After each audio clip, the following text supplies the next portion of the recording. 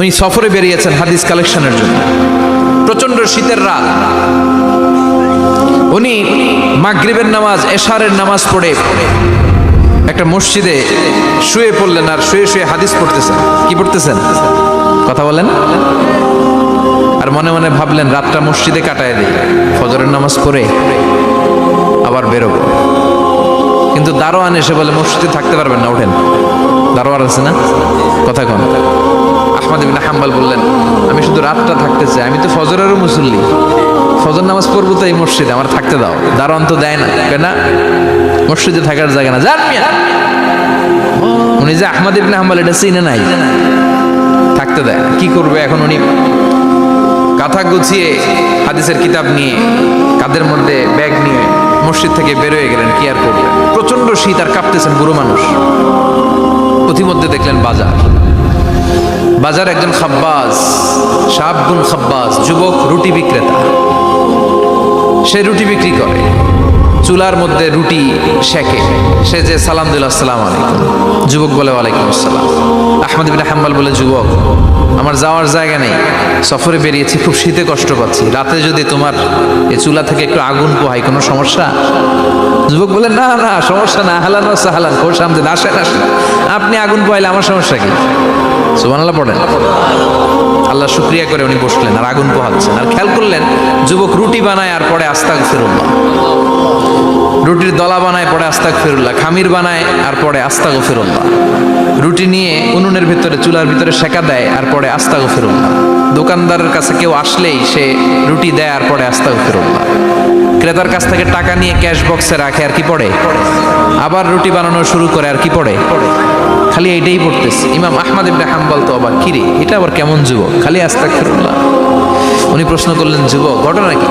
আসার পর থেকেই তোমার দেখতেছি তুমি রুটি বানাও, রুটি বিক্রি করো আর পড়ো আস্তাগফিরুল্লাহ, মালাকা ইয়া শাবাব। যুবক বলে আস্তাগফিরুল্লাহ আমার সবচেয়ে বেশি পছন্দের আমল, আমি সব সময় আঠার মতো ইস্তেগফারের সাথে লেগে থাকি আর সব সময় পড়তে থাকি আস্তাগফিরুল্লাহ, আর এর বদৌলতে আল্লাহ আমারে মুস্তাজাবুদ দাওয়া বানিয়ে দিয়েছে। আহমদ ইবনে হাম্বল তো অবাক, আনতা মুস্তাজাবুদ দাওয়া, তুমি মুস্তাজাবুদ দাওয়া রুটিওয়ালা? আমি এত বছর হাদিস পড়াই, আমিও তো মুস্তাজাবুদ দাওয়া না, আর তুমি রুটি বেচো বাজারে, তুমি মুস্তাজাবুদ দাওয়া, তুমি দোয়া করলে সব কবুল হয়ে যায়? যুবক বলে না আনা মুস্তাজাবুদ দাওয়া, আমি আমার জীবনে যত দোয়া করেছি কবুল করে নিয়েছে কে? সব দোয়া কবুল করে নিয়েছে আল্লাহ, একটা দোয়া ছাড়া। কয়টা? আহমদ ইবনে হাম্বলের কৌতূহল, কিউরিয়াসিটি আরো বেড়ে গেল। কি?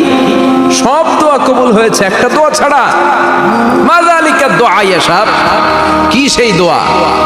যুবক এবার বলতে শুরু করলো আমার জীবনে যে দোয়াটা আল্লাহ কবুল করে নাই সেটা হচ্ছে আমি আল্লাহর কাছে অনেক চেয়েছি, অনেক দোয়া করেছি যে আল্লাহ শুনেছি এই জামানার সবচেয়ে বড় মুহাদ্দিস, তার নাম নাকি ইমাম আহমদ ইবনে হাম্বল, আল্লাহ তোমার কাছে আমার চাওয়া আমি যেন এই ইমাম আহমদ ইবনে হাম্বলের দেখে মরতে পারি, আমি যেন ইমাম আহমদ ইবনে হাম্বলের হাতে হাত রেখে মুসাফা করতে পারি আর তার কপালে একটা চুমু এঁকে দিতে পারি। আহমদ ইবনে হাম্বল আবেগপ্রবণ হয়ে গেলেন, চোখের পানি ছেড়ে দিলেন, বললেন যুবক তোমার এই দোয়াটাও কবুল হয়ে গিয়েছে। আহমদ ইবনে হাম্বলের দেখা আর সাক্ষাৎ পাওয়ার জন্য আহমদ ইবনে হাম্বলের বাড়িতে তোমার যাওয়ার দরকার নাই, আহমদ ইবনে হাম্বল তোমার দরবারে ছুটে এসেছে। আনা আহমদ ইবনে হাম্বল মুহাদ্দিসুদ দাহর, আমি নিজেই আহমদ ইবনে হাম্বল। যুবক চোখের পানি ছেড়ে দেয়, আহমদ ইবনে হাম্বল চোখের পানি ছেড়ে দেয়। যুবক চিৎকার মেরে ইমাম আহমদ ইবনে হাম্বলকে জড়িয়ে ধরে, হাতে হাত রেখে মুসাফা করে, কপালের মধ্যে চুমু খায় আর আল্লাহর শুকরিয়া করে বলে ও ইমাম আসলে এই দোয়াটাও আল্লাহ আজকে কবুল করে নিল। বিশ্বাস হয় সবসময় ইস্তেগফার করলে আপনার দোয়াগুলোর এইভাবে কবুল করে নিবে কে? এই পাঁচটা জিনিস পাবেন সবসময় যদি ইস্তেগফারের সাথে লেগে থাকেন। রাজি আছেন তো? এই জন্য বিশ্বনবী সব সময় নামাজে সালাম ফেরানোর পরে পড়তেন আস্তাগফিরুল্লাহ। কি পড়তেন? 3 বার পড়তেন আস্তাগফিরুল্লাহ, আস্তাগফিরুল্লাহ, আস্তাগফিরুল্লাহ। পড়তে রাজি আছেন? ইস্তেগফারের অনেকগুলো আলফাজ আছে, সবচেয়ে ছোট ইস্তেগফার হচ্ছে এটা আস্তাগফিরুল্লাহ, আস্তাগফিরুল্লাহ। আরো আছে আস্তাগফিরুল্লাহ আল্লাযী লা ইলাহা ইল্লা হুয়াল হাইয়ুল কাইয়্যুম আতুবু ইলাইহি। বিশ্বনবী বলেন এই ইস্তেগফারটা যদি কেউ পড়ে, আর তাওয়াল্লি মিন ইয়াউমিজ জাহাফ, যুদ্ধের ময়দান থেকে পালিয়ে আসা কবিরা গুনাহ। কি গুনাহ? কাফেরদের সাথে যুদ্ধ, আমি তাগড়া যুবক, তলোয়ার নিয়ে নেমেছি, আমার দেহের এক ফোঁটা রক্ত থাকা পর্যন্ত আমি যুদ্ধ চালিয়ে যাব, আমি ফিরে আসতে পারবো না, আইনটা কার? ফিরে আসলে কবিরা গুনাহ।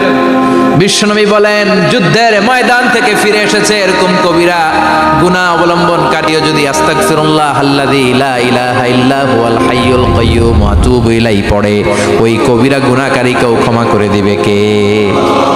পড়তে রাজি আছেন তো? আবার সাইয়েদনা আবু বকর বললেন, ইয়া রাসূলুল্লাহ আল্লিমনি দুআআন আদউ বিহি ফি সালাতি, এমন দোয়া আপনি আমারে শিক্ষা দেন যেই দোয়াটা আমি নামাজে পড়তে পারি। বিশ্বনবী বললেন, পড়ো আল্লাহুম্মা ইন্নী যালামতু নাফসি যুলমান কাসীরান ওয়া লা ইয়াগফিরুয যুনুবা ইল্লা আনতা ফাগফিরলি মাগফিরাতাম মিন ইনদিক ইন্নাকা আনতাল গফুরুর রহিম। সুবহানাল্লাহ পড়েন, এটাও ইস্তেগফার। আমরা এটার বলে দোয়া মাসুরা, সালাম ফেরানোর আগে পড়ি না? যেখানেই ক্ষমা চাওয়ার কথা আছে ওইটারই কি বলে?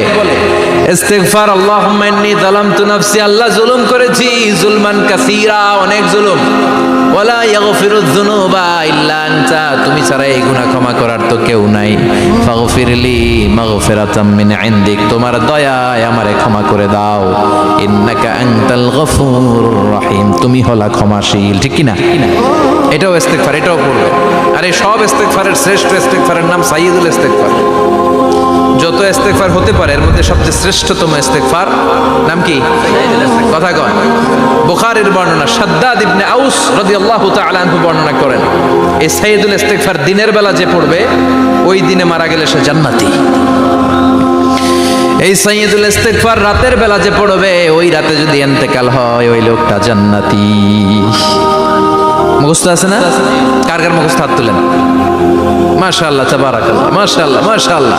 আর যাদের নাই তাদের হোমওয়ার্ক, তাদের আল্লাহুম্মা আনতা রাব্বি লা ইলাহা ইল্লা আনতা খালাকতানি ওয়া আনা আবদুক ওয়া আনা আলা আহদিকা ওয়া ওয়া'দিকা মাস্তাতা'তু আউযু বিকা মিন শাররি মা সানা'তু আবুউ লাকা বিনি'মাতিকা আলাইয়া ওয়া আবুউ লাকা বিযামবি ফাগফিরলি ফা ইন্নাহু লা ইয়াগফিরুয যুনুবা ইল্লা আনতা।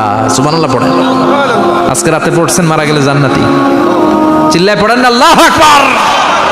এজন্য বিশ্বনবী বলেন, আমার আগের গুনাহ মাফ, পরের গুনাহ মাফ, তারপরেও প্রতিদিন আমি 70 বার তওবা ইস্তেগফার পড়ি। আজকে থেকে পড়তে রাজি আছেন তো? বেশি বেশি ইস্তেগফার পড়া যাবে না?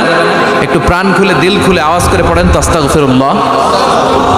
আর জোরে পড়েন আস্তাগফিরুল্লাহ। আবার সবাই পড়েন আস্তাগফিরুল্লাহ। সব সময় তওবা ইস্তেগফার যারা পড়ে তাদেরকে পছন্দ করে কে? সব সময় জিকির করে করে জিহ্বাটারে যারা ভিজিয়ে রাখে তাদেরকেও পছন্দ করে কে? আল্লাহ বলেন, ওয়াজকুর রাব্বাকা ফি নাফসিকা তাদাররুআন ওয়া খীফাতান ওয়া দুনাল জাহরি মিনাল কওলি বিল গুদুবি ওয়াল আসাল ওয়া লা তাকুম মিনাল গাফিলিন। সুবহানাল্লাহ পড়েন। আল্লাহ বলেন, ওয়াজকুর রাব্বাকা ফি নাফসিক, আল্লাহরে মনে মনে ডাকো, তাদাররুআন ওয়া খীফা, আল্লাহর জিকির করতে আল্লাহ বলেছেন ফি নাফসিক। বুঝতেছেন না অর্থ? ফি নাফসিকা, মনে মনে আল্লাহর জিকিরটা করো। তাদাররুআন ওয়া খীফা, তাদাররুআন মানে বিনয়ের সাথে, with full of humility, submission and humbleness, বিনয়ের সাথে আল্লাহর ডাকো। ওয়া খীফা, গোপনে গোপনে ডাকো। দুনাল জাহারি মিনাল কওল, চিৎকার চেঁচামেচি করে ডেকো না। কার কথা? আওয়াজ করে জিকির করো না। এই যে আমরা মাহফিলে লা ইলাহা ইল্লাল্লাহ জিকির করে, এটা তালিমান। উদ্দেশ্য কি? তালিমের জন্য আওয়াজ করে জিকির জায়েজ আছে, কিন্তু ব্যক্তিগত জিকিরের যে ইবাদতটা এটা আস্তে আস্তে হইতে হবে, এটা ভদ্রভাবে হতে হবে, চিল্লাচিল্লি করে নয়। আবার তালিমের জিকির ওইটাও ভদ্রভাবে। ইন্নাল্লাহা জামিল ইউহিব্বুল জামাল, আমার আল্লাহ সুন্দর, আমার আল্লাহর জিকিরের মধ্যেও সৌন্দর্য আছে না নাই? কিন্তু এদেশে জিকিরের ভেতরে লাফালাফি আছে না নাই? বেশি না কম? কি বসেন বসেন, হ্যাঁ বসে যান তো, অনেক ধরনের আছে জিকির। হ্যাঁ বসেন বসেন, বসে যান। হ্যাঁ হাইবার আলী, এটা কি আবার জালালি? তো এই যে ইন্নাল্লাহা জামিল ইউহিব্বুল জামাল, আমার আল্লাহ সুন্দর, আমার আল্লাহর জিকিরের মধ্যেও সৌন্দর্য আছে না নাই? তালিমের উদ্দেশ্যে সবাই মিলে জিকির করা যায়, কিন্তু চিল্লাফাল্লা করা যাবে না, লাফালাফি করা যাবে না, মাথা ডানে বায়ে ঝোলানো যাবে না, ঠিক কি না? কিন্তু লাফালাফির জিকির আছে না নাই? লাফাইতে লাফাইতে, হ্যাঁ, গাছের আগায় বাঁশের আগায়, আবার যিনি জিকির পরিচালনা করে ওনার কান্দে যাই ওঠে, আছে না নাই? বিশ্বনবী সাহাবাদের নিয়ে জিকির করছেন, সাহাবারা লাফাতে লাফাতে খেজুর গাছের আগায়, হাদিসে আছে না এটা? বিশ্বনবী সাহাবাদেরকে নিয়ে জিকির করছেন, লাফাতে লাফাতে আবু বকর বিশ্বনবীর কান্দের উপরে, আছে, হাদিসে আছে। এটা জিকির নয়। কি সুন্দর দেখেন, ইসলাম বোঝা কত সহজ। ওয়াজকুর রাব্বাকা ফি নাফসিকা তাদাররুআ ওয়া খাইফা, গোপনে জিকির করো, ভদ্রতার সাথে বিনয়ের সাথে জিকির করো। ওয়ালা তাকুম মিনাল গাফিলিন দুনাল জাহারি মিনাল কওল, চিৎকার চেঁচামেচি করে জিকির করো না। যারা চিকফাল দিয়ে হই হই হই হই করে, আছে না? হই হই হই হই হই হইয়ের ভিতরে আল্লাহর নাম আছে, হ্যাঁ? এই যে হুই হাই হুই হাই এই স্টাইলের যে জিকির, এটার ভিতরে আমার আল্লাহর নাম আছে? আল্লাহর নাম যদি না থাকে ওইটা জিকির হবে? কথা